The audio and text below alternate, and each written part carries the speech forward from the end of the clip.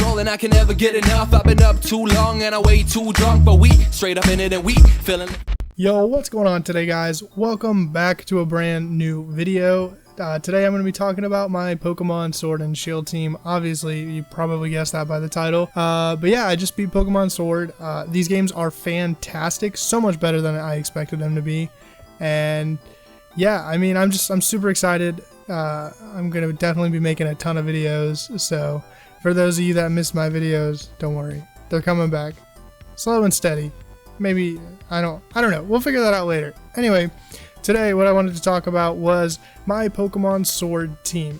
I'm not entirely sure how many people do this, but I, for one, like to kind of make my team before I jump into the games, especially new ones. Well, definitely before new ones. So, before I started playing, my plan was to use Sobble, the Roly-Poly line, Toxel, the Corviknight line, Flapple, and Dreepy. I did change this, but what I kind of want to do is run down each member of my team and kind of, you know, when did I like them? My favorite parts of them, basically. So, we're going to start off with Sobble because, of course, I picked Sobble as my starter. He's me. He's the sad boy. And I've always stuck by Sobble's side, even though his final evolution is, a lot, you know, that. But anyway, Sobble was my main carry through most of the game. I really didn't use anyone else until sort of the end game. Definitely up to my expectations. His signature move is super cool, although I feel like it should always be a critical hit because it just, like, you know, if you haven't played it, or if you haven't seen it yet, it's called Snipe Shot. I don't know if that's a spoiler. By the way, this video is going to be spoiler free. Except for Pokemon. So yes, I was super impressed by Inteleon, which is Sobble's final form. And then next up on my team, we had Corviknight. This was the second Mon I picked up because it's the bird of the region, and he evolves into Emo. He's just straight up Emo boy. I also nicknamed him MCR for My Chemical Romance. I was super surprised that he was not a Dark type. I don't know if that was like released, but he's not a Dark type.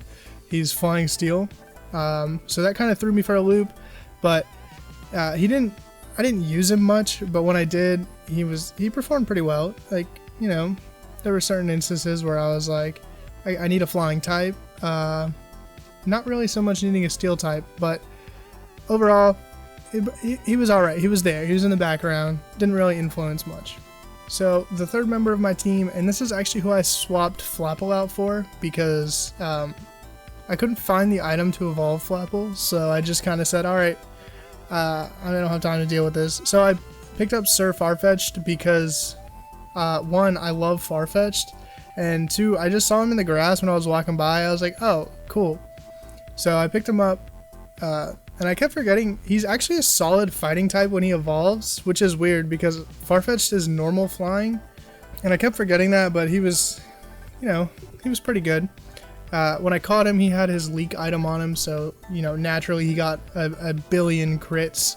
Didn't learn any moves with, like, heightened critical hit ratio, though, until, like end game he learned Leaf Blade, which I thought was kind of fitting, because, you know, he's got a leak. And then next up on my team is probably the most useless member, Roly-Poly. I'm not gonna lie, I had really high expectations for him, because I'm a really big fan of the Rhydon and Rhyperior line, and you know, I was kind of feeling the designs. You know, I was like, oh, this dude's gonna be cool. He's gonna be like a cool fire type. No, he was super disappointing. I used him maybe like once or twice. Actually, that's not true. I used him a lot in the end game, or towards the end game, because I needed to, but. Or just like death fodder, because I play on set, so, you know, just throw him out there, let him die. But he's nicknamed Useless for somewhat obvious reasons, because he's, you know, useless. And then the fourth Mon I picked up was Toxel. He's a baby boy. I love him. I loved him as soon as I saw him. His evolution is badass. He's just edgy. His ability is like punk rock, and he's like rocking out on his stomach things. I was very pleased with him.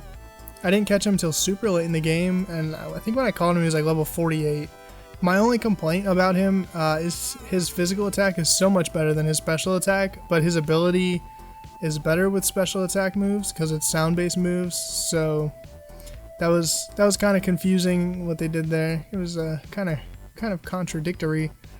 And he also got absolutely obliterated by anything ground. You could hit him with a slap of mud, and he'd die. He's dead. He's actually gone. And then for the final member of my team, this one is probably my favorite, and he's great. After I got him, he definitely became my most used. He looked like he'd be a great special attacker. Oh, by the way, it's Dreepy or Dragapult. I don't know the middle evolution, which is funny because I caught him at a middle evolution, but that's besides the point. He looked like he'd be a really great special attacker because, you know, I mean, maybe I'm the only one who got that vibe from him, but he's not.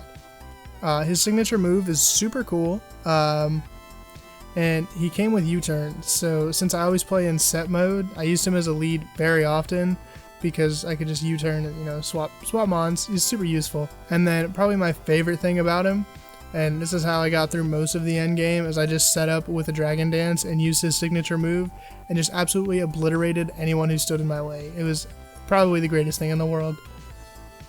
Alright, and that's going to do it for the video, guys. I hope you enjoyed. I really enjoy these games, and I definitely feel like everyone who plays will, except the people who are like dead set against this game.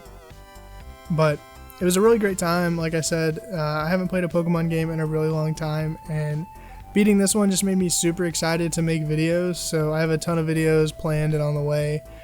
So if you enjoyed this, go ahead and give it a thumbs up. Let me know what your team was down in the comment section below.